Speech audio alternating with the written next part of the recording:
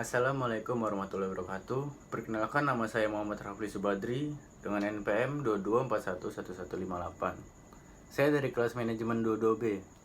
Di sini saya akan menjelaskan sedikit tentang teori-teori yang digunakan dalam etika bisnis. Yang pertama yaitu teori deontologi, yang kedua teori ultimarisme, yang ketiga teori hak, yang keempat yaitu teori kebijakan, yang kelima teori teonomis. Yang pertama, teori deontologi. Teori deontologi ini berasal dari Yunani deon, atau yang berarti kebijakan. Etika deontologi menekankan bahwa kewajiban manusia untuk bertindak baik. Teori ini dipelopori oleh Immanuel Kant. Misalnya, kisah Robin Hood yang mencuri karena mempunyai kewajiban membantu orang miskin disebut etis jika dilihat dari tujuan membantu masyarakat miskin. Namun, merampok tidak dibenarkan. Contoh lainnya adalah kejujuran. Yang kedua, teori utilitarisme. Teori ini adalah etika yang berdasarkan pada prinsip manfaat atau kegunaan. Prinsip ini memanfaatkan sebagai ukuran untuk menilai apakah suatu tindakan moral tertentu dapat dibenarkan atau tidak. Teori ini diprototipi oleh David Hume dan dikembangkan oleh Jeremy Bentham. Utilitarisme ini berasal dari kata Latin utilis, yang kemudian menjadi bahasa Inggris utility, yang berarti bermanfaat.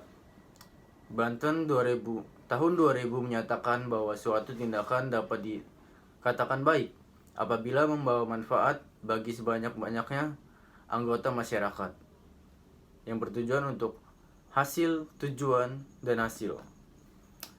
Selanjutnya yaitu teori hak. Teori hak ditemukan oleh Immanuel Kant. Teori ini menjelaskan bahwa teori tindakan atau perbuatan dianggap baik apabila sesuai dengan hak asasi manusia.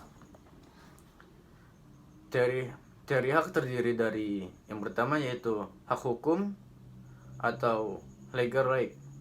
Hak berdasarkan sistem atau yudiksi hukum suatu negara. Misalnya, hukum tertinggi suatu negara adalah konstitusi. Konstitusi berdasar negara. Dasar negara yang bersangkutan antara lain mencakup hak untuk hidup, hak atas kebebasan, hak atas kebahagiaan, dan hak atas kebebasan berpendapat. Yang kedua yaitu hak moral. Hak moral berkaitan dengan pribadi manusia secara individu sepanjang melanggar hak orang lain.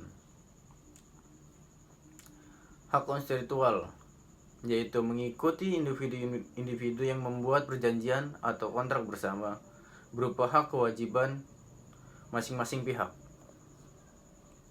Selanjutnya itu teori kebijakan. Teori ini berasal dari pernyataan mengenai ciri-ciri atau karakter yang harus dimiliki seseorang agar disebut sebagai manusia utama, dan sifat-sifat yang mencerminkan manusia tercela.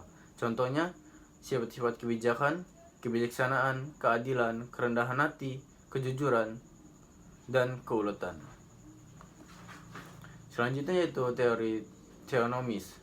Teori ini menyatakan bahwa karakter moral manusia pada hakikatnya ditentukan oleh hubungannya dengan kehendak Tuhan. Jika mengikuti perintah Allah, maka secara moral dianggap baik. Begitu pula sebaliknya.